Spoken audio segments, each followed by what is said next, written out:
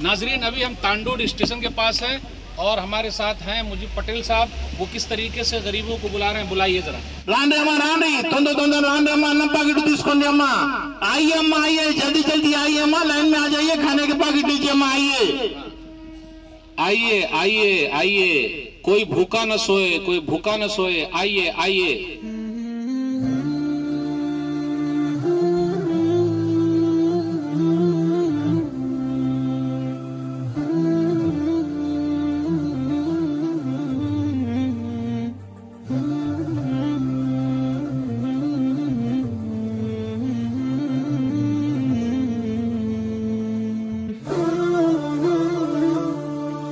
नाजरीन, अभी हम डिस्ट्रिक्ट हॉस्पिटल जो है तांडोर वहाँ पर हैं और यहाँ भी माशाल्लाह जो फूड तकसीम करने का है वो करेंगे। अभी देखिए ऐलान कर रहे हैं हमारे मुजीब पटेल साहब और लोग आ रहे हैं।